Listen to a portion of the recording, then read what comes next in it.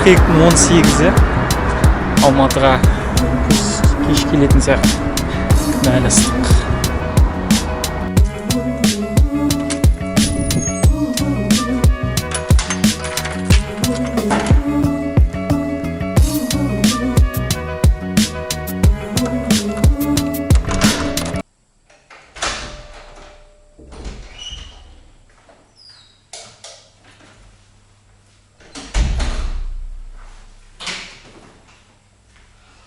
Қалай жүргізуші куәлігін алуға болады? Бүгінгі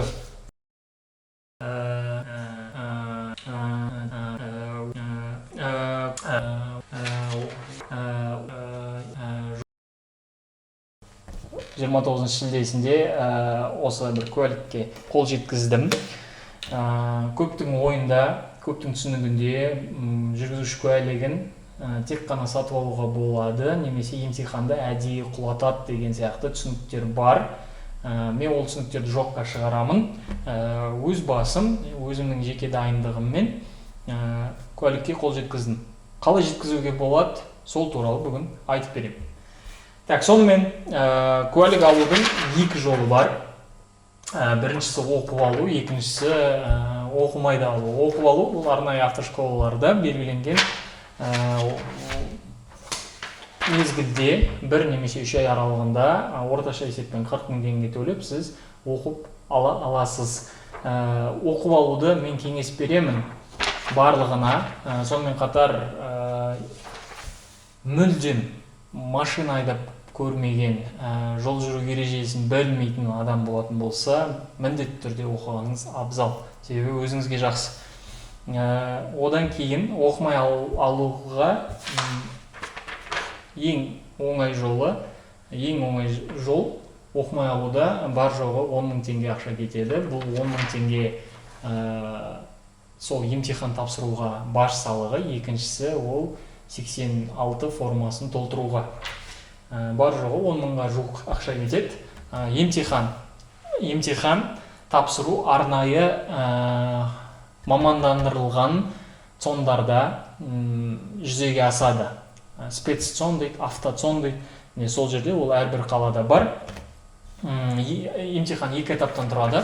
Біріншісі тест, 40 сұрақ беріледі. Екіншісі айдау, көлік айдау. Айдау деген бір түрлі естіледі екен. Көлік айдау, бұл жерде 100 балл. Енді осы бірінші емтихан туралы тест 40 сұрақтың 32-сіне дұрыс жауап берсеңіз, келесі екінші этапқа өтесіз. Ал екінші этаптағы 100 балдың мүмкін болатын 95%-ын алсаңыз, 95 балды сізді әрі қарай мына куәлікке жібереді.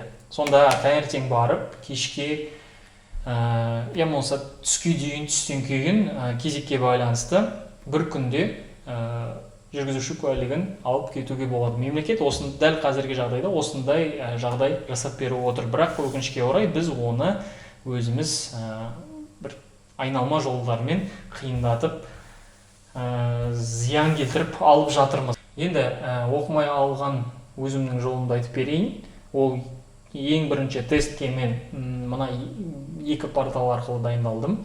Біріншісі ұялы телефонда жүктелетін мына бір приложениелер деп айтайын. Одан кейін екіншісі Safety Driving. Негізінен емтихан тапсырып жатқандағы келген сұрақтар осы Safety Driving'дегі дәл сол сұрақтар ғана келді. Safety Driving'ді қондырып сатып алуға айына 1700 теңге тұрады. Кеңес беремін, себебі ол жерде статистика бар. Сіздің берілген сұрақтарды қаншалықты қамтып жатқаныңыз, одан кейін қателескен сұрақтарыңызды қанша, сол туралы. Одан кейін үшіншісі, сіз емтиханға дайынсыз ба, дайын емессіз ба, сол туралы процентаж, яғни осындай бір статистикаларды сізге ұсынып беріп отырады. Сондықтан Safety Driving'ді сатып алуға, сол жерде дайындалуға кеңес беремін. Мендегі айтар ақпараттар осы. Егер қандай да бір тағы сұрақтар туындаса, комментария жазып кетсеңіздер болады, барынша жауап беремін, немесе бір екінші тағы да видео түсіруге тырысамын. Сау сәлематта, аман сау болыңыздар.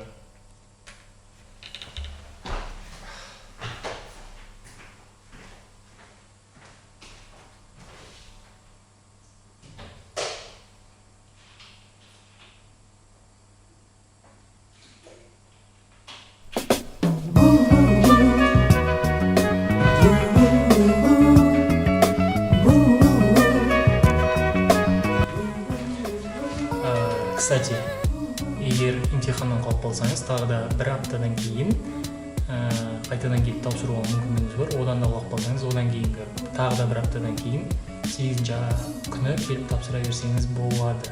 Міне осындай жеңілдіктер, ыңғайлылықтар қарастырылған.